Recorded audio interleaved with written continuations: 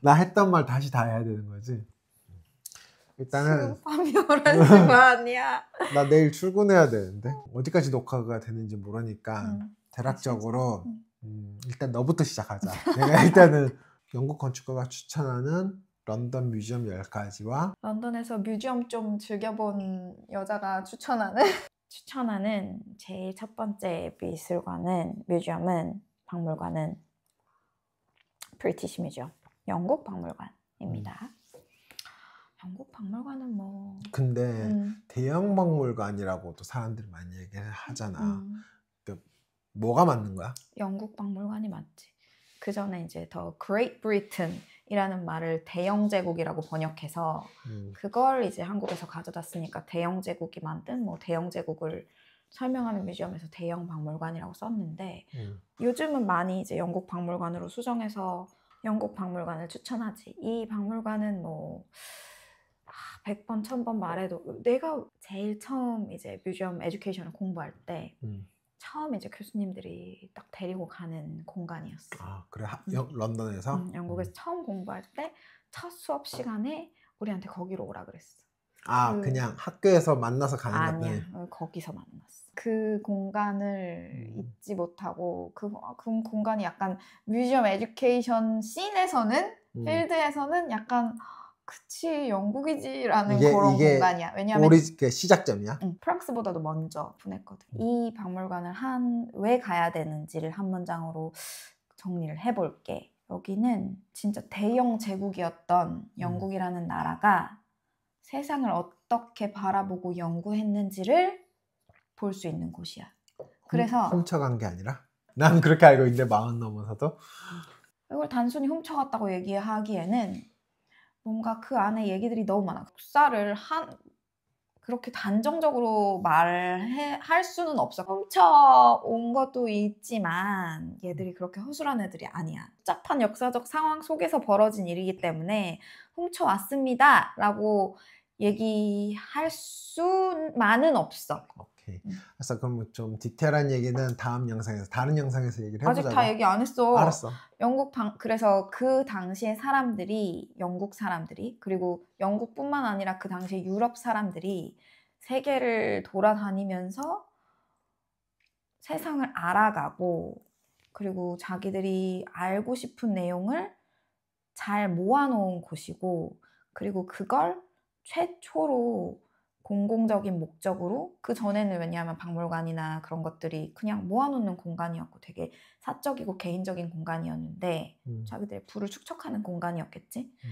근데 이걸 처음으로 대중에게 교육이라는 목적으로 공개를 한 곳이기 때문에 여기는 되게 의미가 있지. 많이 즐겨본 내가 영국에서 추천하는 박물관은 브리티시 뮤지엄이 제일 첫 번째야. 사실 나도 브리티시 뮤지엄이 첫 번째거든. 네가 얘기했던 그런 컨텍스트적인 얘기가 전혀 없지는 않아. 그 대형 박물관을 선택한 영국 박물관을 영국 박물관을 선택한 이유는 사실은 그레이트 코트인 거지. 사실 2006년도 내가 배낭여행 왔었을 때 이제 거기를 처음 가봤더만 그때만 해도 거기가 지어지고 얼마 안 됐을 때야 사실은. 2000년에 리노베이션 했으니까. 그러니까 그 밀리니엄 프로젝트 중에 하나로서 어쨌든 지어진 거니까 되게 지쳐 있었던 런던에서 어쨌든 일단 첫 번째는 공짜였고 들어가서 중정에서 그때는 포스터 건물인지도 사실 몰랐어. 외부인지 내부인지 살짝 헷갈렸거든. 이유가 무엇이냐고 나는 얘기를 하냐면 이 사운드였던 것 같아. 너무 피곤했기도 했지만 딱 그 중정에 딱 누워서 사람들이 이렇게 웅성웅성 거리는 소리와 발자국 소리, 사람들이 막 이렇게 움직이는 소리, 그리고 하늘에서는 이제 그때 구름이 이렇게 지나가고 그 자연 채광이 그대로 받아들이는 그 공간이 주는 되게 오묘함이 인상이 깊었었던 것 같아. 그게 나의 감각적인 어쨌든 첫 인상이었고 그 이후로 어쨌든 공부를 하면서 이게 포스터가 지은 건물이었고 뭐 이런 의미에서 그리고 뭐 청계의 문이라고 그 도시의 어쨌든 북쪽과 남쪽을 연결해주는 여러 가지 뭐 이제 건축적인 이야기들이 있지만 사실 그거는 부차적인 거고 그거는 우리가 뭐 다르게 얘기할 수 있지만 내가 거기를 추천한 이유는 일단 런던에서 봐야 될 뮤지엄은 딱 첫 번째로 하나를 가야 된다면 난 거기인 것 같아. 거기에서의 뭐 네가 말한 이야기도 있겠지만 그 공간이 주는 아우라는 두고 더 깊어질 거라고 나는 생각을 하고 있거든. 너처럼 첫 번째로 꼽는 베스트 런던에 있는 뮤지엄은 브리티시 뮤지엄인 것 같아. 자, 두 번째로 넘어가 보자. 나는 두 번째로는 V&A 뮤지엄, 빅토리아 앤 알버트 뮤지엄이지. 나는 아닌데. 그래? 나는 아닌데. 왜 내가 이 빅토리아 앤 알버트를 꼽냐 하면 사실 사람들이 영국에 여행을 와서 영국을 좀 궁금해한다, 영국에 대해 좀 알고 싶다 하는데 영국 박물관이라는 이름에 속아가지고 영국 박물관에 가서 영국을 찾는 경우가 많이 있거든. 근데 사실 속는다는 표현이 좀 너무 이렇게 공격적이지 않을까? 그럴 수도 있는데 아무튼 영국 박물관에 가면 우리나라 개념으로는 국립중앙박물관에 가면 우리나라에 대한 걸 볼 수 있잖아. 메인 그렇지? 뮤지엄에 가면. 근데 영국 박물관에 가면 영국에 대한 걸 볼 수가 없거든. 걔네가 되게 야심차게 그 시대에 자기네 야욕을 표현하기 위해서 지은 목적이 있기 때문에 영국에 대한 건 없단 말이야. 영국사를 정리해 놓지 않았단 말이야. 오케이 알았어. 근데 V&A는 그걸 해놨지. 그래서 영국의 근데 V&A가 정확히 뭐야? 빅토리아 앤 알버트 뮤지엄에서. 근데 사실 이것도 또 얘가 길어. 히스토리를 따지면 원래는 그러면 빅토리아 뮤지엄이었어. 켄싱턴 뮤지엄이었어. 그렇겠지. 원래 사우스 켄싱턴에 있었으니까. 그럼 빅토리아 여왕과 남편인 알버트 공이 만들었다고들 많이 알고 있지만 사실은 또 알버트 공의 공이 더 커. 그래? 그럼 막 얘기가 알버트 앤 빅토리아 뮤지엄인가? 근데 또 알버트가 되게 빨리 죽어가지고. 알았어. 이게 너무 길어질 것 같다. 너무 길어. 어쨌든 자, 그 이유를 설명해 주시죠. 그래서 영국에 대한 영국사를 뭐라 그래야 되냐, 공예 품들 위주로 소장품이 되어 있기는 하지만 영국 사의 흐름대로, 사건의 흐름대로 전시를 구성해 놨기 때문에 뭔가 이걸 영국을 조금 시대별로 이해하는 데는 그 공간을 가는 게 좋고.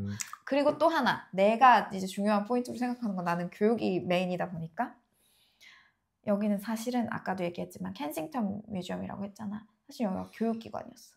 그래서 왜 라이브러리 거기 있잖아. 그게 원래 RCA 애들이 쓰는 그런 아트 원래 라이브러리잖아. 우리가 쓰는 거였어.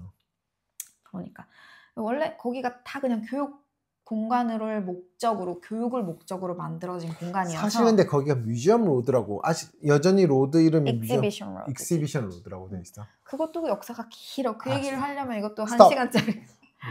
교육적으로도 교육을 위해서 만들어진 공간이고 실제로 운영했던 방식들도 되게 교육적이었어. 그래서 학생들을 위한 오픈 시간이 따로 있었고, 나도 들어와서 이제 학생들이나 아니면 숙련공들이, 기술자들이 자기 근무 시간이 다 끝나고 6시 이후에도 들어와서 공부를 할 수 있게끔 그렇게 운영을 했던 공간이고, 그리고 오히려 그냥 일반 관람객들한테 조금씩 받는 그 티켓, 그런 운영비를 그걸 또 학생들을 지원하는 데 쓰고 막 이랬던 역사들이 있어서 거기도 교육적으로 굉장히 중요한 공간이지. 어쨌든 그러면 너가 봤었을 때는 영국의 역사에 대해서 좀 더 이해하고 볼 수 있는 곳은 V&A다. 나 생각해보니까 그랬는데 너랑 그때 갔었을 때 그 크리스탈 팔레스 영상도 V&A에 있었구나. 그렇네.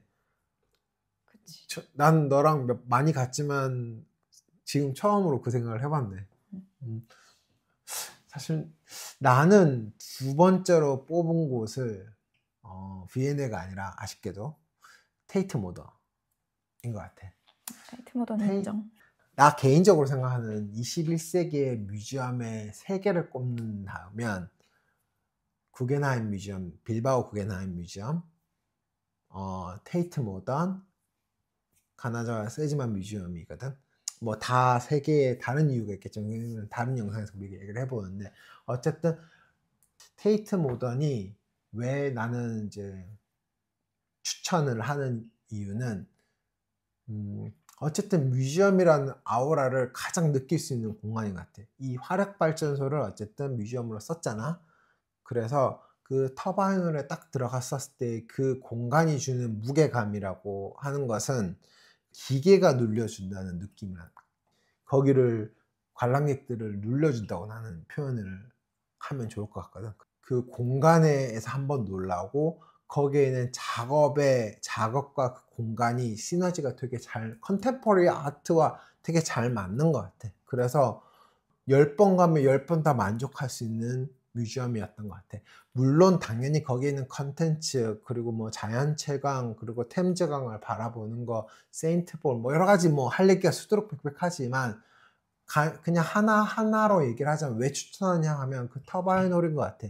그거는 전 세계 어디서도 못 느끼는 것 같고 나는 최근에 갔었을 때 느꼈던 건데 이게 또 시간이 지나니까 또 묘한 또 역사성이라고 표현하면 좀 너무 거창한 것 같지만 20년이 넘었잖아 어쨌든. 그래서 나는 2006년도 이때 처음 가보고 2010년도 가보고 그리고 2013년부터 영국에 살았으니까 우리가 되게 같이 쭉 지내왔던 것 같아. 나 같은 경우는 이제 봤던 것 같아.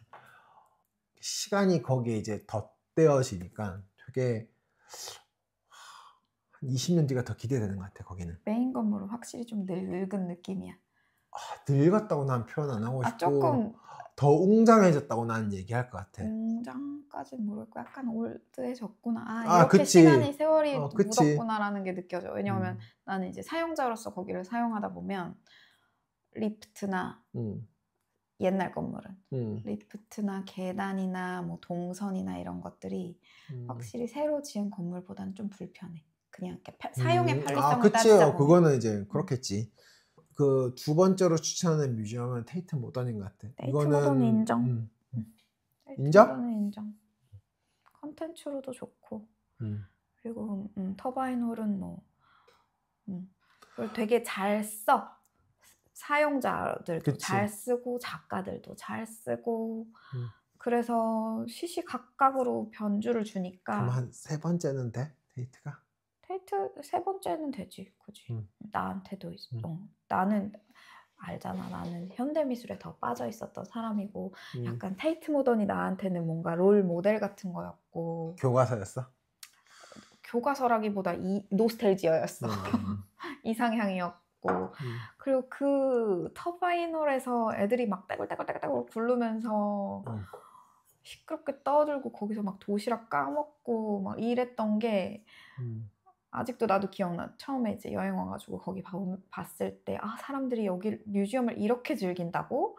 이렇게 생각하면서. 그리고 거기 미팅 포인트잖아. 근데 터바이놀에서 만나 이런. 과천에 있는 거기 중앙 거기도 이렇게 뻥 뚫려 있잖아. 어쨌든 거기랑 달라? 접근성이 너무 다르지. 그리고 그렇게 오프닝 행사를 하고 그런 약간 홀의 개념으로 쓰거나 아니면 이동 동선 사이에 있거나 아니면 그냥 작품을 설치하거나 하지 거기를 뭔가 관람객들이 들어 누워서 거기서 밥을 먹고 거기서 시끄럽게 노래를 부르고 춤을 추고 하지 않잖아. 근데 여기서는 뭐 애들이 뛰어놀아도 그러니까 그런 분위기를 전시 작품으로 만들어주잖아.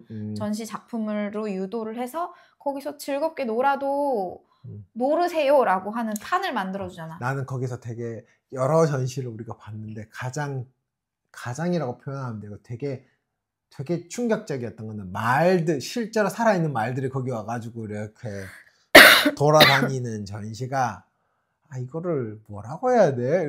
그냥 말들 막 실제 살아있는 말들이 이렇게 또각또각 거리면서 그게 작업이었어. 그래서 뭔가 어너더 레벨이다라는 생각은 들었던 것 같아.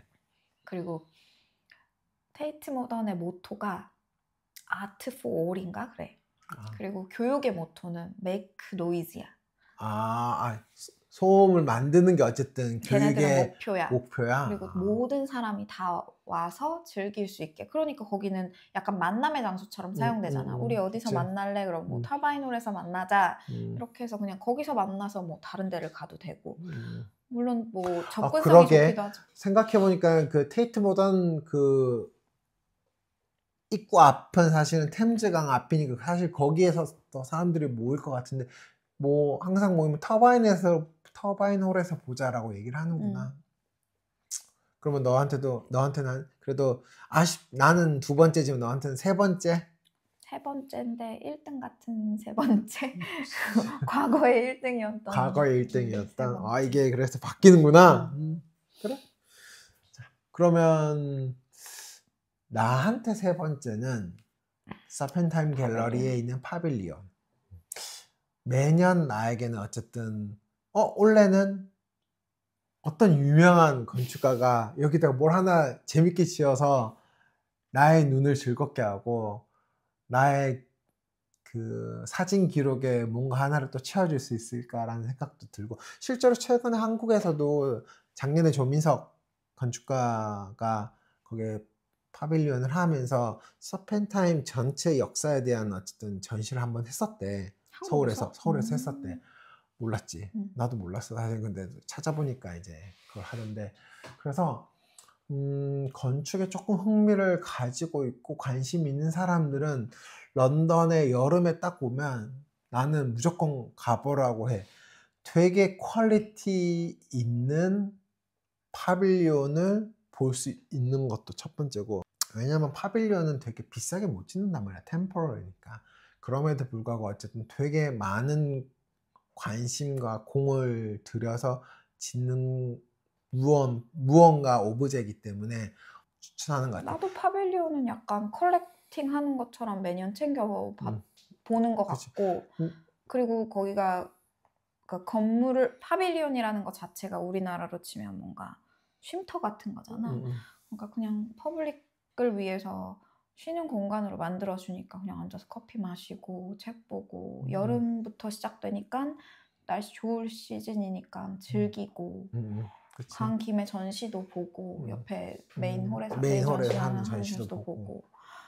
그러니까 뭐 그냥 일반 뭐 건축 전문가가 아닌 사람들도 충분히 즐기기 재미있고, 그리고 되게 그 히스토리를 보면 진짜 정말 우리가 알고 있는 유명한 건축가들이 다 한 번씩은 했어. 사실 그 중에서도 넌 뭐가 제일 좋아? 나는